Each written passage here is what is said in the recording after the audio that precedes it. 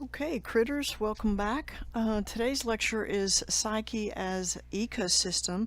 Before I really kind of jump into this idea, I wanted to mention something that I forgot to mention in the systems thinking lecture that I think is important and really interesting as well. When we talk about autopoietic systems, what the criteria are for these living systems, that autopoiesis does not indicate reproduction as a criterion for life. And that's really interesting if we think about what's going on in the culture today, that millennials are choosing not to have children or to have children at much later time. And this is kind of interesting thinking about that reproduction is a property of life that can certainly be present or not depending on conditions, but it's not a requirement, it's not a criterion for something being determined autopoietic. And I just find that interesting. Okay, so we talked about the different dimensions, the biological dimension, autopoietic, biological cognitive dimension of life, social dimension, how we see autopoiesis in a social system, and we'll talk more about that. And today I want to focus a little bit on the ecological dimension of autopoietic life. Well, ecology, we want to start out defining that first. It comes from the Greek oikos, beautiful word, meaning a home or house, dwelling, household. And of course, back to this second part of the word logi or logo, logia. Again, a much deeper understanding of something than just the study of. So really trying to get into its minutia, its parts, its patterns, its processes, and understanding it in the deepest way possible. So ecology then is really the study, the understanding, the deep understanding of our home. And how we do that, how we're going to go about doing this, is to be studying the processes and patterns that we find in biology and ecology. Of course, our focus is ecology, but ecology comes out of biology. So when we talk about many of these processes and patterns, of course, they're a biological, chemical component to them. Psychology, well, before I jump to that, then ecology then is the relationship between living things and their environment. It's the scientific study of all earthly organisms and microorganisms, the visibles and the invisibles, and their natural environment. And this consists of biotic and abiotic aspects of the environment.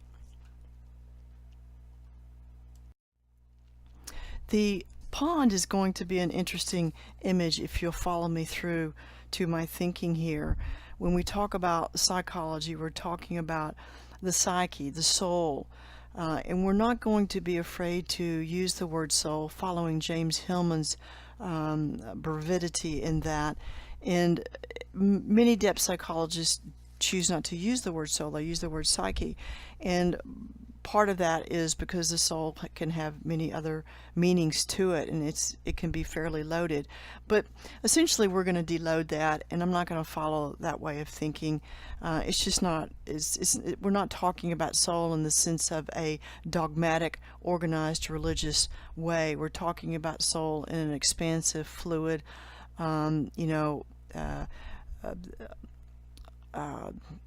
a presencing way within not only our own psyche, our own ecosystem, our own body, but the soul of a family, the soul of a community, the soul of global communities coming together, the soul of the planet, the soul of the earth. And so that's how I'm using the word soul in the sense of understanding experiences, deepening our understanding of experiences and events that give them meaning, that allow us to understand something about ourselves and our world and others that we didn't know before. So that's how I'm using soul. I think I may have already made that clear in another lecture, but just to be sure that we're all in the same pond today.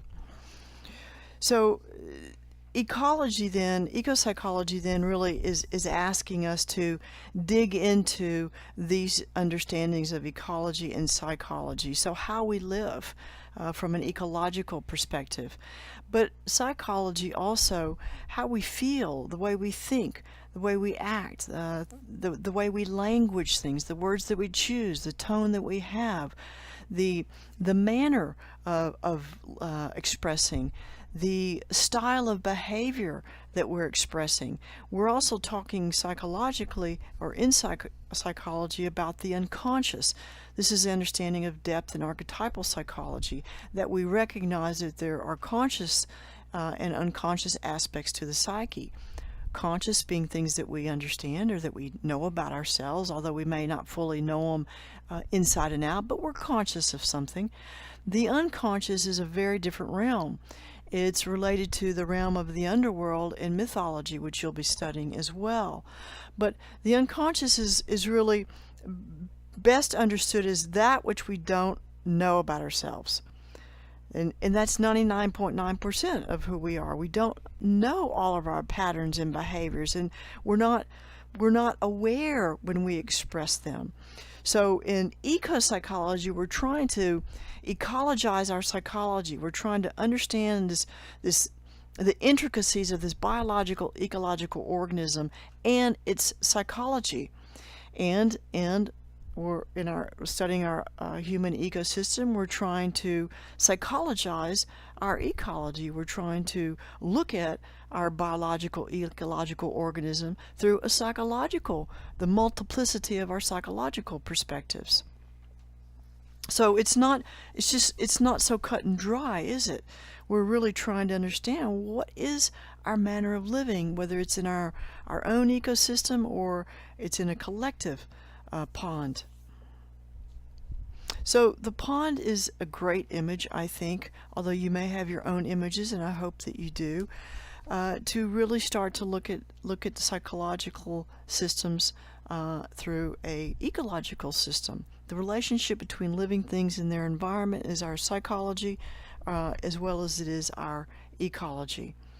It's a relationship, if we think about it psychologically, the relationship of our narratives, how they interface with the world, and that can be in very positive and negative ways at the same time, creative and destructive ways at the same time, disparaging and hopeful or fruitful or beneficial ways at the same time. So in an ecosystem, a community of organisms plus the physical environment in which they live, biotic and abiotic, meaning living and non-living. Within each ecosystem, we find the processes of decay and renewal that result from constant interactions between living organisms and their environment. So there's always exchanges of energy, there's always the cycling of nutrients, nothing goes to waste, everything is used by one other organism or another, and this is how we understand that an ecosystem flourishes. The idea of using the pond just as a starting image is interesting because this second image here shows the top of the water. You've got your heron and your dragonflies and your critters that are around the top of the pond hunting for their next meal. But under the water line, there are also a number of invisible organisms and processes and patterns that are in constant movement, in constant relation, constant exchanges as well. Certainly when we're in the water, we can see fish if we're diving, but there's microbial activities in the soil, in the water. There's microorganisms in the soil, and certainly around the riparian zone, the green zone around the pond. So what I'm wanting us to try to take away from this imagery is that there are invisible components to our ecology as well as to our psychology. And we can think about the human psyche as also an ecosystem, since in the psyche We also have processes of decay and renewal resulting from constant interactions with ourselves, interactions with others, our family, our friends, our community, our social circles, our culture, and the wider environment, the wider global system. So again, this is starting to get into the idea that we are shaped by our ecosystem as much as we shape our ecosystem. Our narratives are very much shaped by our interactions and how they express themselves, and those expressions can often interfere, or in their interfacing they can shape and form another.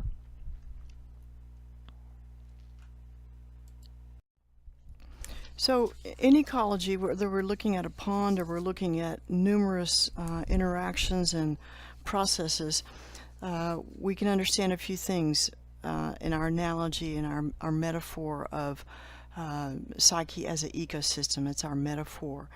That, again, the psyche is described as an ecosystem because of the processes of renewal and decay. Also because in the psyche that shares one characteristic of all ecosystems, and that is in the complexity of processes.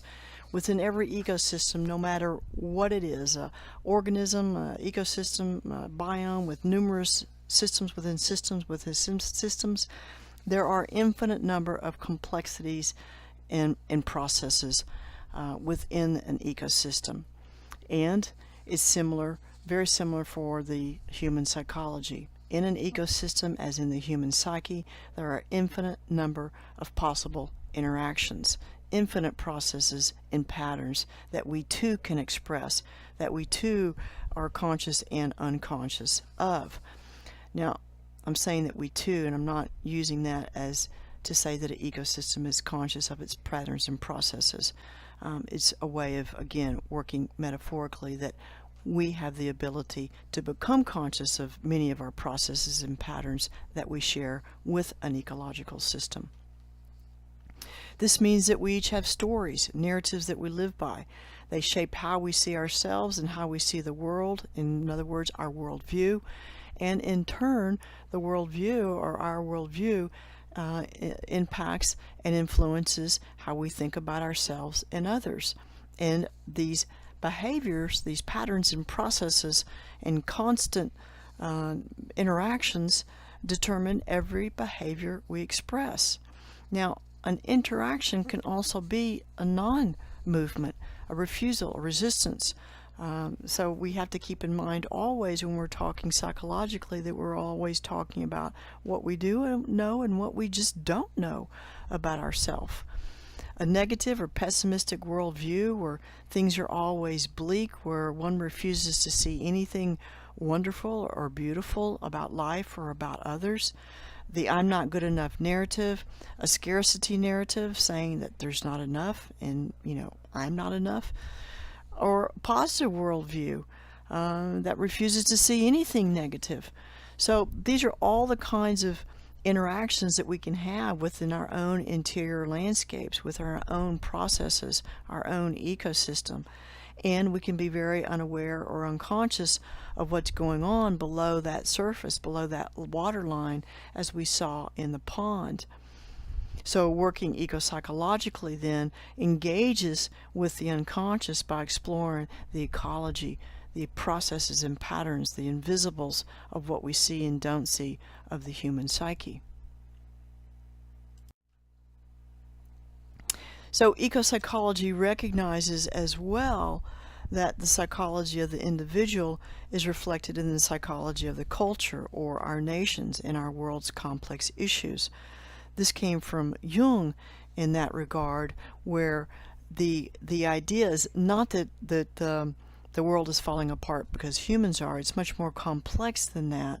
The idea is that there are problems in the world because we have not examined our own attitudes, our own belief systems, our own ideologies, and we take those into the world. We create our businesses around them.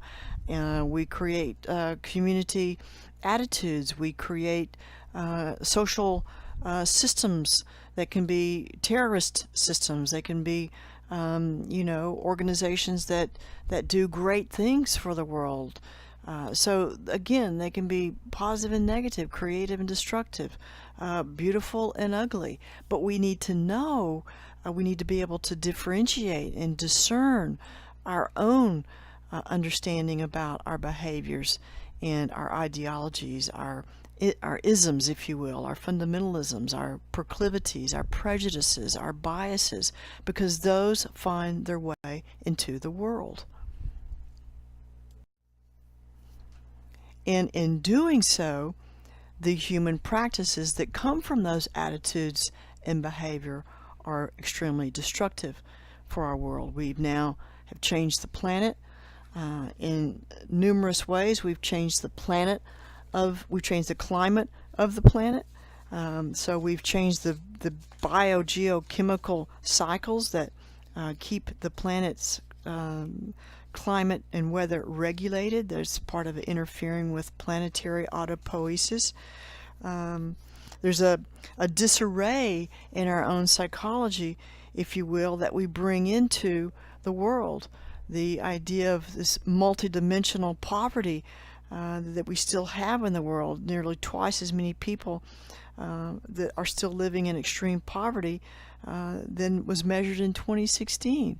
So this is some really difficult problems that we're having to try to understand how to work with.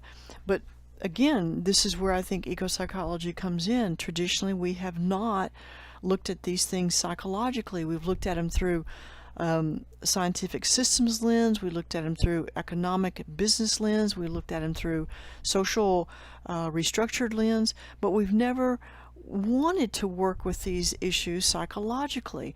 And I find that kind of a conundrum. We seem to be fearful of the word psychology or calling things psychological. And I want to see if we can actually break that open and reimagine and revision and re-embrace the idea of everything is psychological. So Psyche as an ecosystem then understands that the human system is also an organism. We're an organism just like all other biological organisms we share the planet with.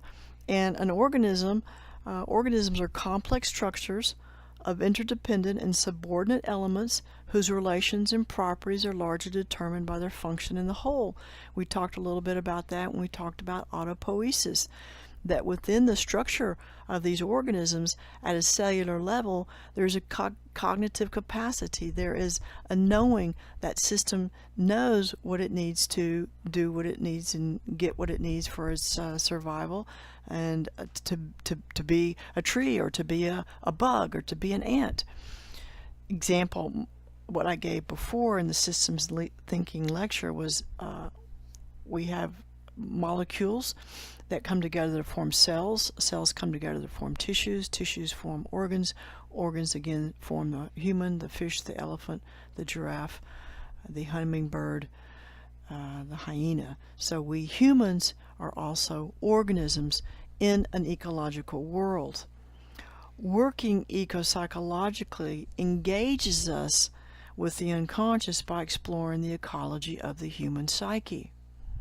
And for Jung, the unconscious, in the sense, wants to become conscious. Now that sounds teleological, and I don't mean for it to be. So let me see if I can rephrase that probably more accurately, in the sense that the unconscious moves in ways that allows us to engage with it, to hear it, see it, feel it, smell it.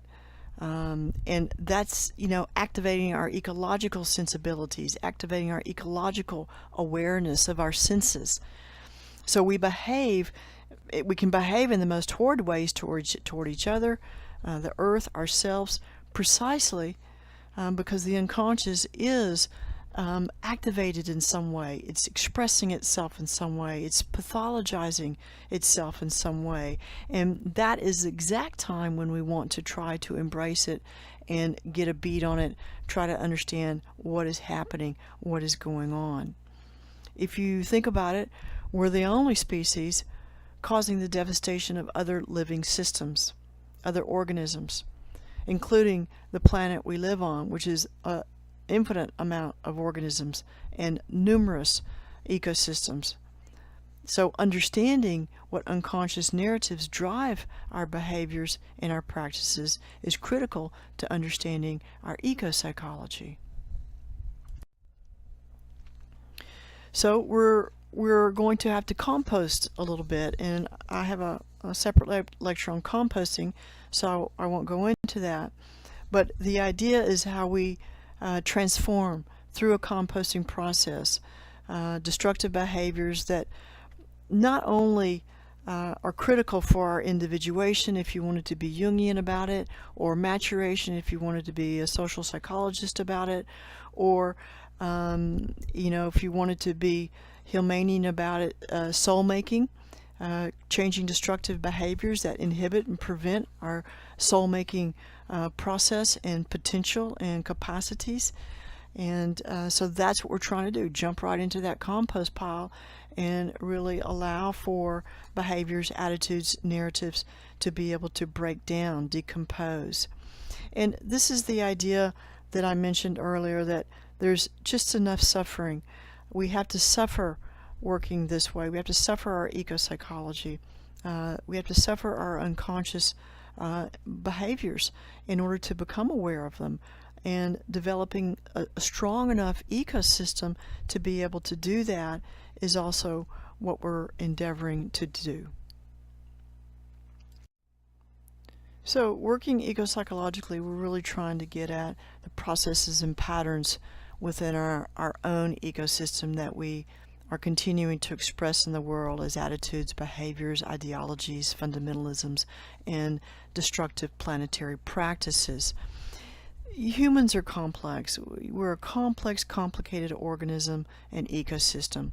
We're as creative as we are destructive, and I think that eco-psychology implores us, urges us to understand and be able to differentiate between these processes and patterns. And so that is our journey, that is our task that I hope that you take on with me. An organism's story is part of its life history. Our narratives are part of our life history, and to engage with those to try to understand what is going on with our biome helps understand how we then engage with the rest of the planetary biomes.